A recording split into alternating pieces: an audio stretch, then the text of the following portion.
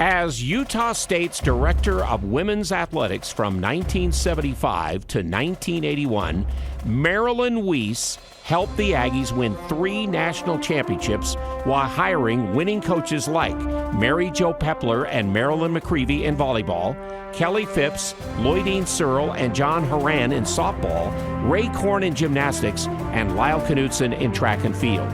She later became Director of Women's Athletics at the University of Florida. Well, first I was very excited. I was very surprised even to receive the call, and it's been 42 years since I've been at USU, excuse me. So I was very grateful, and I'm just very glad to be here. I was coaching the basketball team at the University of Colorado, and we came over to Utah State for a conference game. And I really fell in love with the area, and the mountains were beautiful, and it was a bright sunny day, and I thought, gosh, this is a beautiful place. And so I went back and I finished working on my doctorate, and Fern Gardner had just taken a position at University of Utah, and that was in 1975.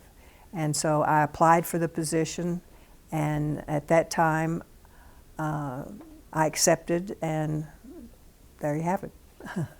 Well, I knew to be successful we had to hire great coaches, and great coaches can usually bring in good athletes, and great athletes can usually improve your program tremendously. So I started with Mary Jo Peppler and Marilyn McReavy. You know, I tried to locate Mary Jo and Marilyn, but unfortunately, you know, I don't have I didn't at that time have the communication that we have today. You know, I didn't have email, I didn't have Google, I didn't have Facebook, I don't even think we had fax yet. And that's really talking my age there, but I didn't have all those things. So it was just many phone calls and many letters, and I finally took a trip to Phoenix and convinced them to visit Utah State. And after the visit, they kind of fell in love with it. I convinced them to come here, and they came. With Title IX, which provided the opportunity for women to have an equal opportunity experience, that meant equal number of sports for participation. That did not mean equal funding. There was no roadmap for just how you get equal funding.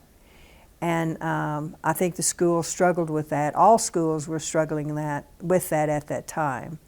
And so we just had to figure out a way to get more funding, more scholarships. We only had 10 scholarships when I came here.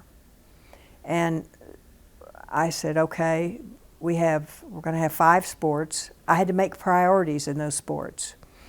And I did so. I started with, as I just talked about, Mary Jo Peppler and Marilyn McReavy. And I kind of went down my list of what the priorities were going to be, hiring those coaches, and committing some of the scholarships to get the athletes in here. Fortunately, we could get great athletes because they wanted to follow the great coaches.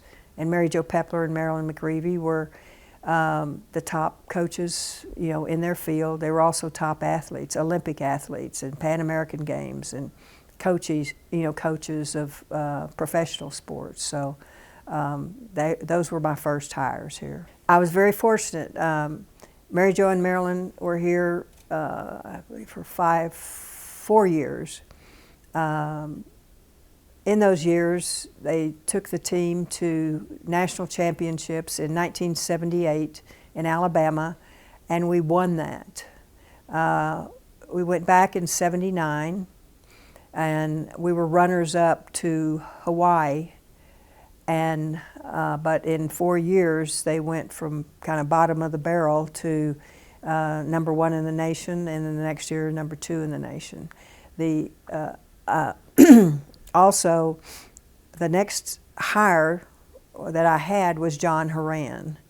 And John was in the Navy. He was at Utah State working on his graduate degree. And he came and asked me one day if I would consider hiring him for the softball coach. I said, Oh yes, let's talk about that. And he had been an AAU coach, top AAU coach in California. And he also said that he could bring many great athletes into the program. So yes, I hired John. He did bring many great athletes in, Mary Lou Ram for one, being the top pitcher. And that just started growing, the program. And in 1980, they went to national championships and won nationals. And in 81, they also won another national championship. So those were two back-to-back national championships. John had to go back to the Navy, so it was Kelly Phipps, his assistant, that went and that actually took the team to nationals and won. And then when she had to graduate, I hired Lloydene Searle to coach the softball team, and she took them to the nationals the next year and then also won. And Lloydene, of course, was here for 17 years. She is also in the Athletic Hall of Fame. So she was very instrumental in the program, and I think to the program here at Utah State. Coaches, I had to look for somebody that quickly had a desire, and they wanted that. This was their passion. It was coaching. It didn't matter what level.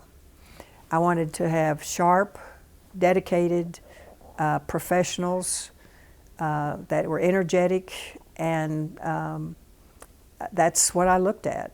I asked them a lot of questions that you probably can't ask coaches now, but I wanted to know about their background and what they thought about the area. And I took them around the area, and because I wanted them to be committed to the area, and so that they could feel comfortable and just do the best job they could. That was my job, to hire the best coaches and make them feel comfortable and welcome, and so that they could do their best work. I look back on that and reminisce, and I wonder, I even wonder how it was done, but it wasn't impossible, and I started with that. Nothing is impossible. And I didn't want just an intramural program. I really wanted a top-level program, and to get that, I knew I had to start with great coaches, so that's what I did. So that was Marilyn and Mary Jo, John Horan, Lyle Knudson, Ray Corn. So it was a lot of fun, and I thought, boy, 42 years, that's a long time. It's a lot that I need to look back on. So it was, I was very grateful for the opportunity.